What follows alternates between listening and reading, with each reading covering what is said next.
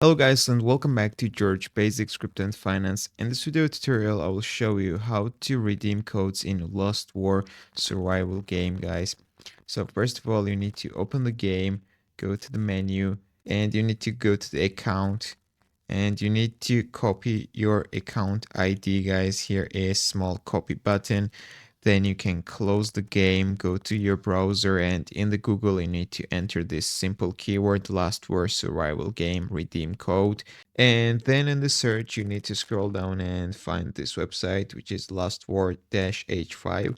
You need to go here, and when you go to this website you need to first of all log in. Just paste the ID you just copied from the game, click login button, and then you need to enter the gift code in the second section. I don't have a gift code, but if you can find it on the internet, just find the gift code and enter in this gap. Then you need to click the confirm button and you will receive the gift. That's all I want to show you. If this video was helpful for you, don't forget to click the like buttons and don't forget to subscribe.